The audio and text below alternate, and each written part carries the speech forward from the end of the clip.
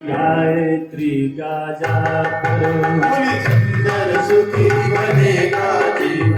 गायत्री का जाप करो, गायत्री के महामंत्र से जीवन के सब पाप हरो।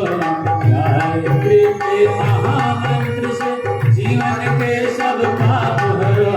सुंदर सुखी बनेगा जीवन। गायत्री का जाप करो, सुंदर सुखी बनेगा जीवन। गायत्री का जाप करो, ओम भूर्भुवस्सुः तत्सवितुर्वरेण्यं भर्गो देवस्य धीमहि धियो यो न प्रचोदयात्। ओम भूर्भुवः स्वः तत्सवितुर्वरेण्यं भर्गो देवस्य धीमहि धियो यो न प्रचोदयात्।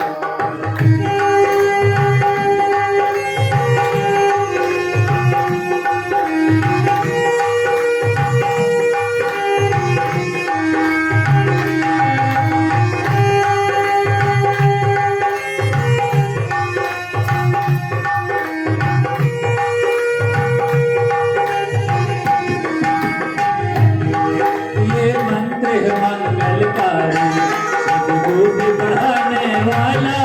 ये मंत्र है मंगलकारी, सद्बुद्धि बढ़ाने वाला।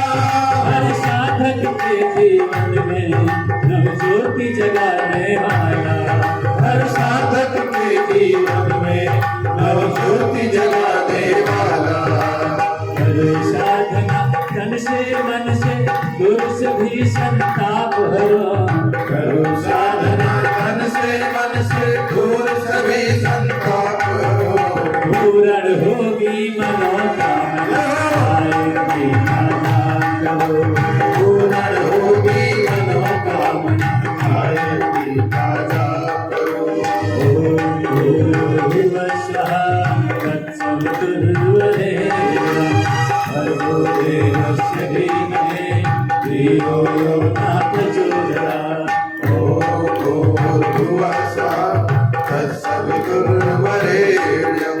भर्गो देवस्य धीमहि धियो यो न प्रचोदयात्।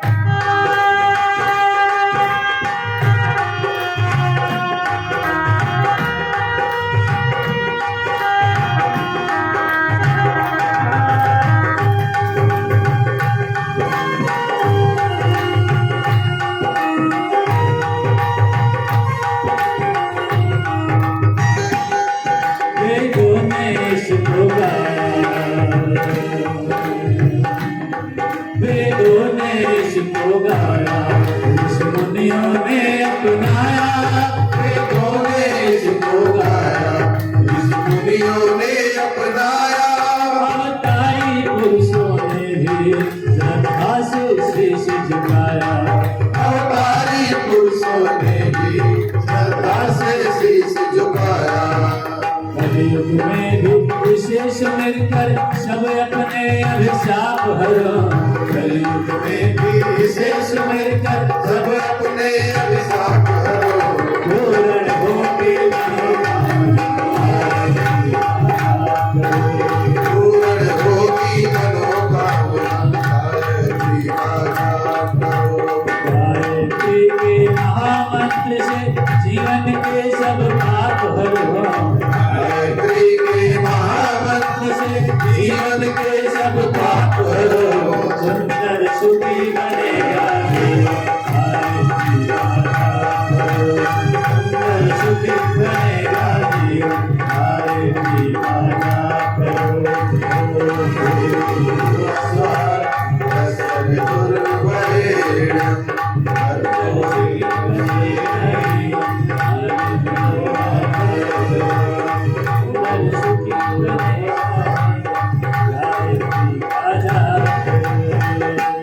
बोलिए गायत्री माता की। अब देखो भैया, इस सावित्री जी ने बता दिया, अगर गायत्री मंत्र का जप करेंगे तो सभी देवी देवता आपके दरवाजे पर, बता दी ना, अनसुईया मैया के दरवाजे पर ब्रह्मा विष्णु महेश लक्ष्मी सरस्वती सब आ गई ना। आप भी विश्वास के साथ गायत्री मंत्र का जप करिए, सारे देवी देवता आएंगे।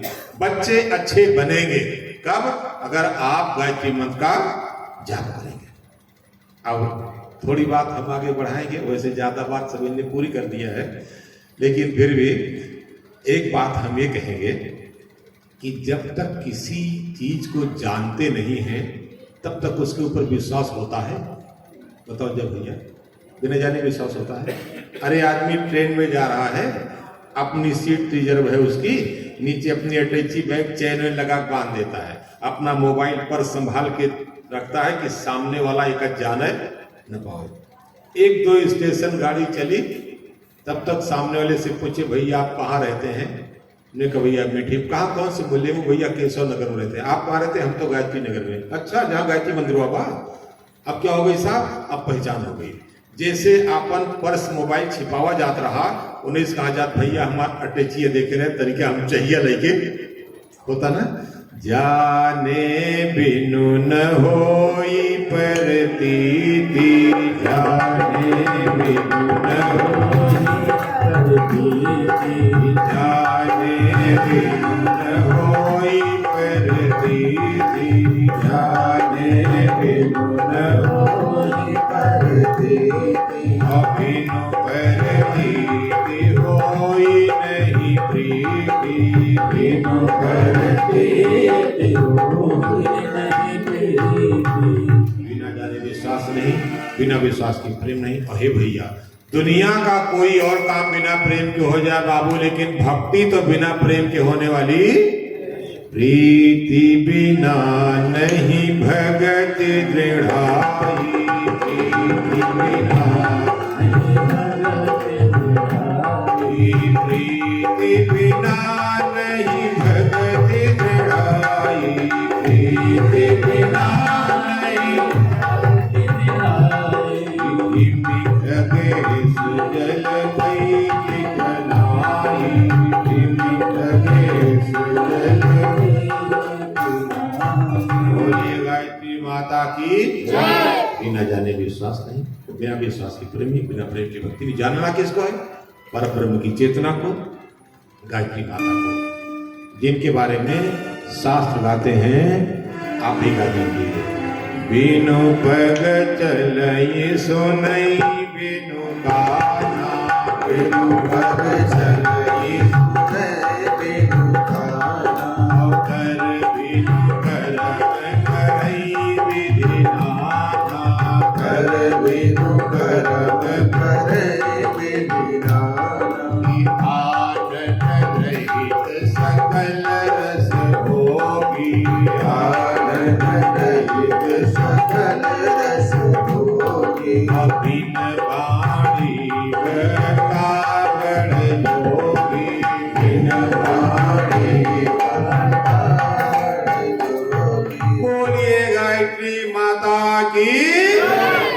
जानना है परब्रह्म दुश्चेतना को। इस युग में युग की शक्ति गायत्री खुल जाई। अरे भैया हो, जान इनको वही लोग नहीं पाए भगवान की चेतना को जिनके घर में भगवान का अवतार है। जानना उनको कठिन पड़ गया जिनने भगवान का पालन पोषण किया। अपने लोग तो बड़े साधारण आदमी है। भगवान कृष्ण का लालन पालन कौन मैया कर रही थी? सब जो नहीं बोला, अपने नाम ले लिया, लेकिन बोला कौन मैया? यशोदा मैया। छोटे से थे कन्हैया।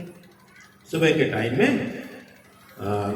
दूध पिला के तेल लगा के कहीं आंगन में चटाई डाल के बैठा दिया, किसी काम में लगी। कन्हैया धीरे धीरे चलना शुरू किए, आंगन पार करके बाहर आ गया।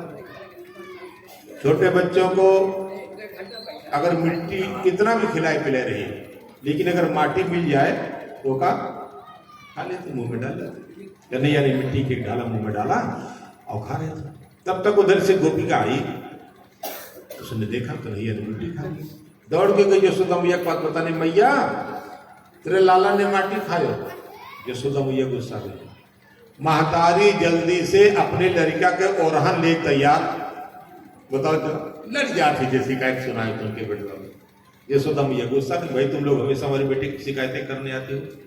गोपिका भी कोई गुस्से वाली लड़की थी, उसको लगा इनका बेटा मिट्टी खाया, मानती नहीं, तो सोची लाई इनका दिखाई दी तो हाथ बेटवा माटी खाएगा। दौड़ के गई दोनों हाथ पकड़ के भाई यशोदा मैया को चली लेके। अभी 10-15 फीट दूर रह गई थी, तब तक यशोदा मैया देख लिया। जब छोटे बच्चे मिट्टी खाए रहते हैं तो जैसे बिना दांत वाले आदमी पान खाए रहे हैं तो उनके दो धारा अगल बगल से भाई याद है ना, मोछ ओछ वाले हैं तो उनकी मोछों में लाग रहा थोड़ा बहुत। ऐसे छोटे बच्चे जब मिट्टी खाए रहते तो लार टपकी रहती, कहीं कहीं मिट्टी लगी रहती है। दूर से देख के यशोदा मैया ने जान लिया कि सही में कन्हैया ने मिट्टी खाया। अभी का तो बात और बताओ कि जब छोटे बच्चे मिट्टी खाए रहते हैं तो उनका खा दी जाता है, मुंह से निकाला जाता है? निकालते ना, कैसे बहने दबा देती, मुंह खुल गया, उंगली डाल के निकाल ली।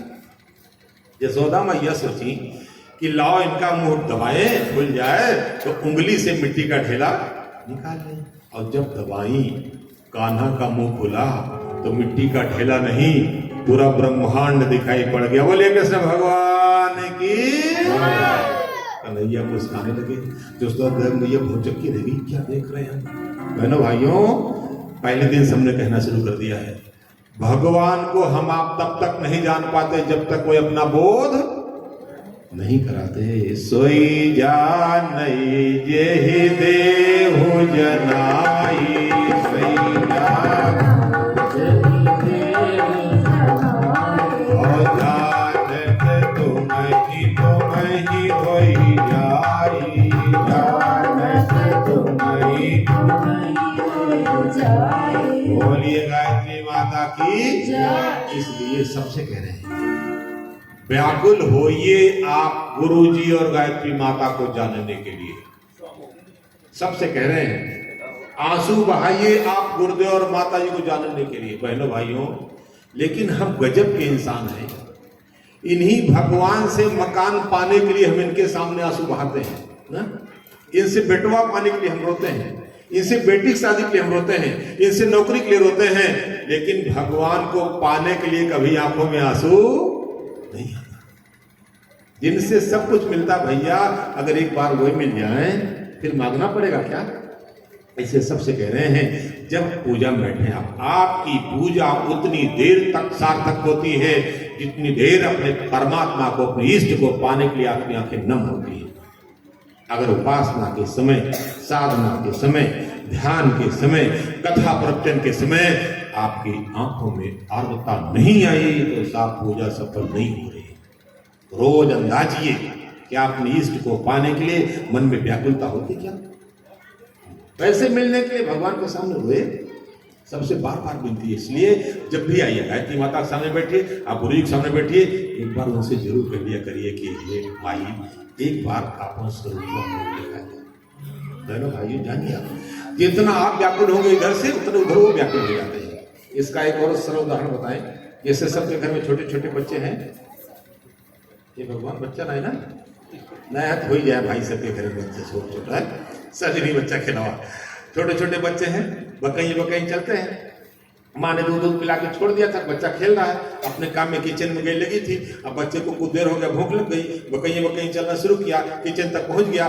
बच्चा चाह रहा है कि मम्मा हमको गोदी में ले ले। मम्मा अच्छों को भूजती है, उनका ध्यान ही नहीं बेटों को, है ना। वो पास पहुंचा, पीछे खड़ा हो नहीं पाता, फिर सोचता गोदी में उठाए, ऐसे पेट के बल लेटा है, एक हाथ उठाता है और बुलाता है, और बोलने जानता नहीं है, करता ना, चाहता कि मम्मा हमको गोदी में।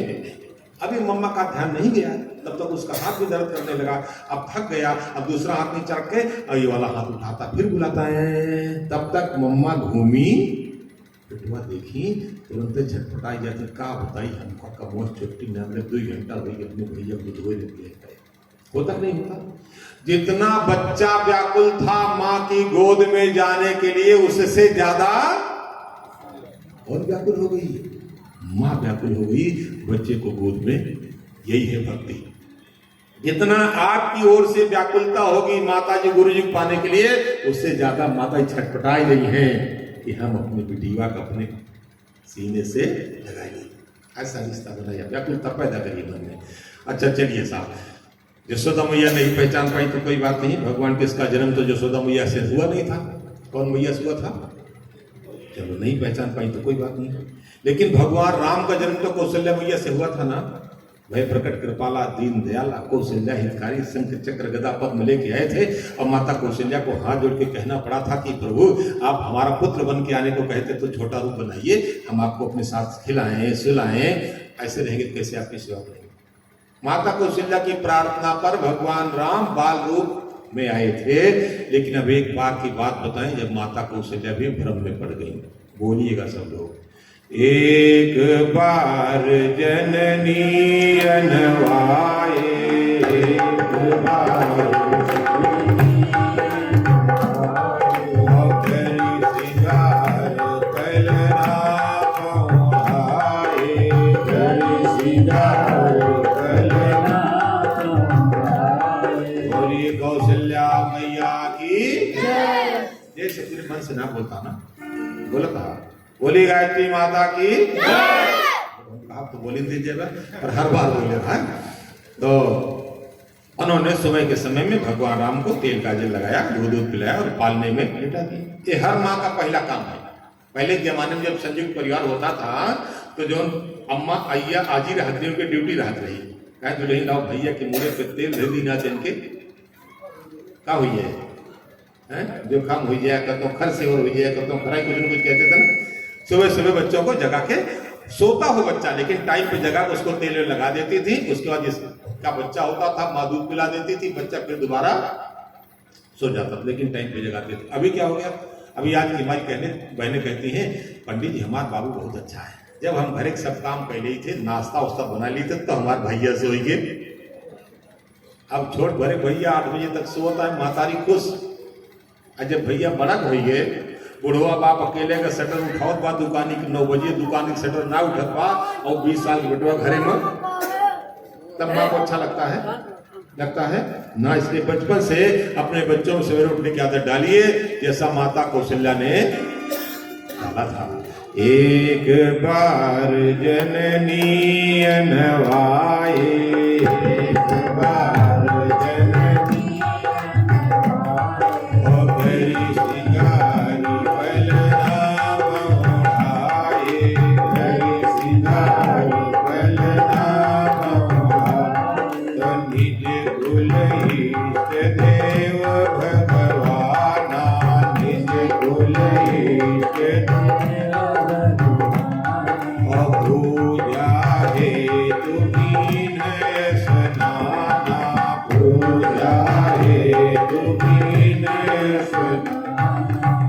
गायत्री माता की।